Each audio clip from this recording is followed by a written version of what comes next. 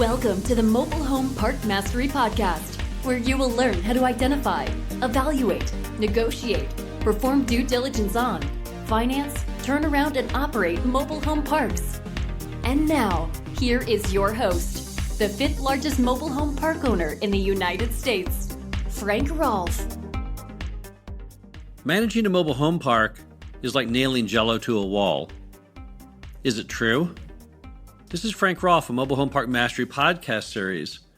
We're in our fourth and final installment on our series of Breaking the Barriers, understanding the misinformation and myths about the mobile home park industry.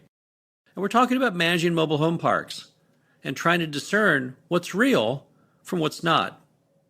Now, one of the first things many people think about mobile home park management is it's impossible to get the money. You'll never get paid because our residents, which we've talked about in several of this grouping of podcasts, are always perceived as being so poor they cannot possibly pay the rent. Well, let's break that myth apart and see if it's true. The average income of someone who lives in a mobile home park, according to the U.S. government, is $34,000 per year. That is hardly poor. Our national definition of poor would be roughly $15,000 a year of household income. So clearly our customers are not poor. They're making roughly $3,000 a month before tax. So it's really a priority issue. It's not a financial issue. They have the money to pay the lot rent, but do they want to pay the lot rent? And the answer, of course, is no, they don't. So how do you make people pay things they don't want to pay? Well, you train them that it's a top priority to make the payment. How you do that is you have a very rigid system. We call it no pay, no stay. If you don't pay your rent, you can't live in the mobile home park. Also, if you don't pay by the due date, you'll also be assessed in a late fee. So most people learn over time that if they want to live happily in the mobile home park, they know they have to make their payment every month. As long as they're going to make it, they might as well make it on time, because if they don't, there'll be a large late fee, and then later court costs and filing fees if we have to file for eviction. Once you adopt no pay, no stay, once you train people that the rent is due every month, it's not that hard to get paid. We have many mobile home parks, but in many of our mobile home parks, we have perfect collections each month. Even in larger properties that you would think certainly you couldn't get everyone to pay each month, we do. And the simple reason is our rents are so low, so very affordable, that our customers can definitely afford them. So it's not hard to get paid. Now, the next myth that people have is that mobile home park residents simply won't behave.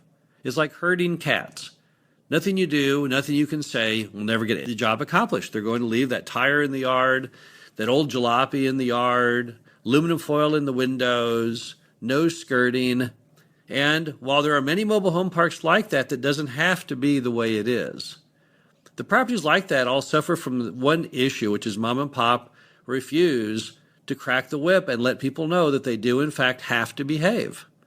If you let people do whatever they want with no ramifications from their actions, of course they're not going to keep their property up.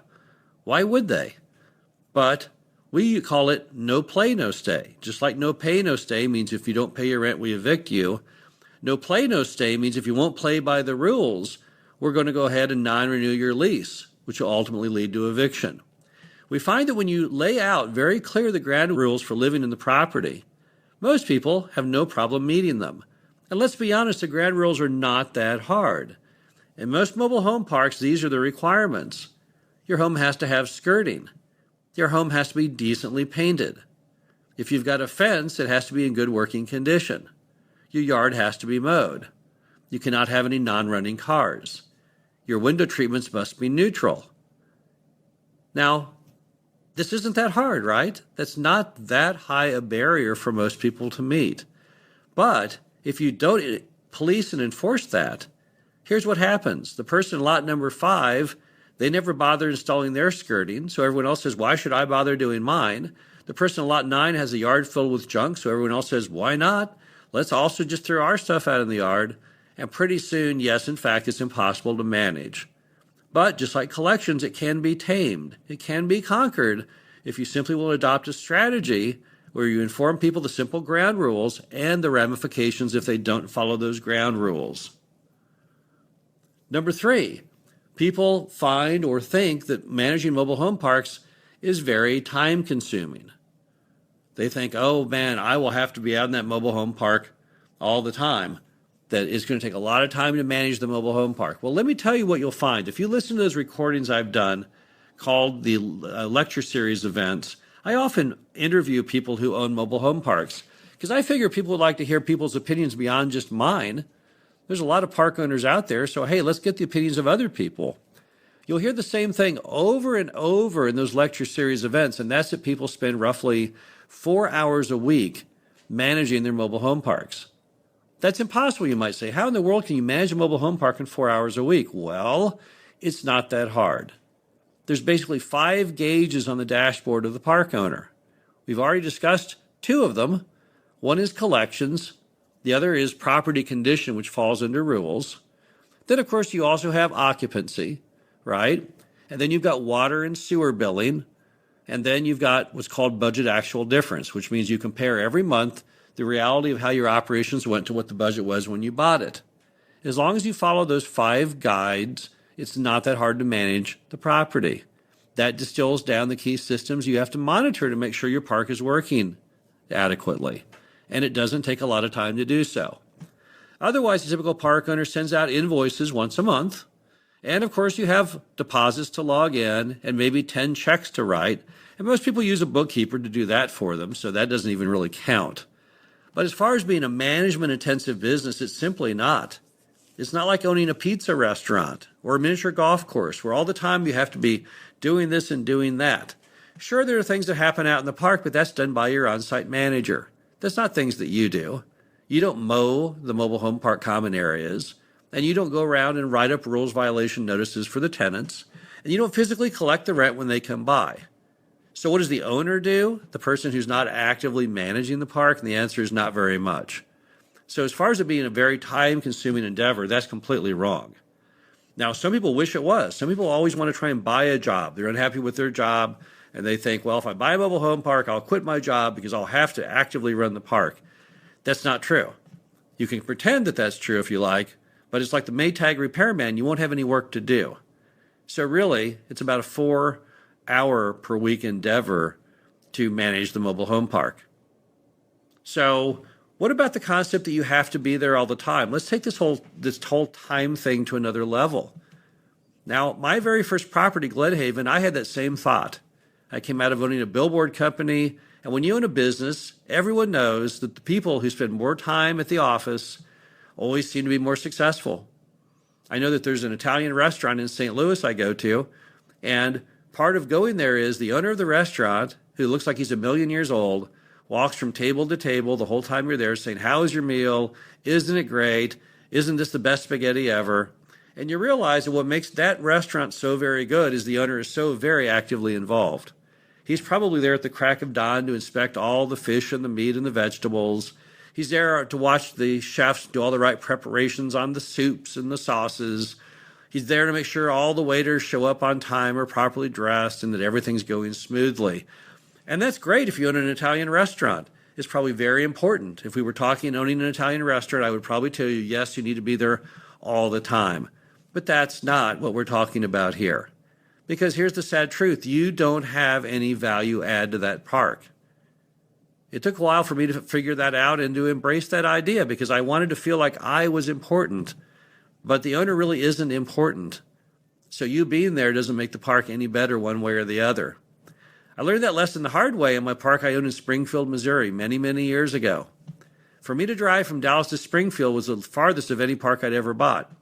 So now, instead of a behind my house kind of a drive, I was looking at a multi-hour adventure. About 6 hours to the park and 6 hours back. So, what does it mean? Well, basically, that was a long ride. At one time, I drove all the way out there, 6 hours. I got up my pad of paper. I was ready to write down all kinds of things to fix, and I could find nearly nothing. All I could find was pile of leaves on lot 14, a little bit of mold on home number 22, things that the average person would never even notice. Was that worth my time? No, it really wasn't. So I pretty much learned that I have very little value add by being there. And once you accept that, you'll find you'll only go out to your property once or maybe twice a year.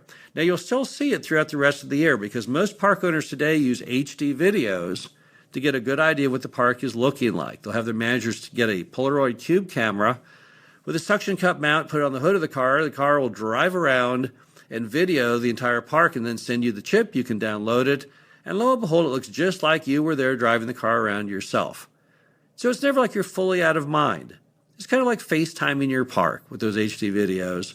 But as far as you physically going out and being there mano a mano and getting out of your car and walking around, again, that's typically reserved for most owners once or twice a year.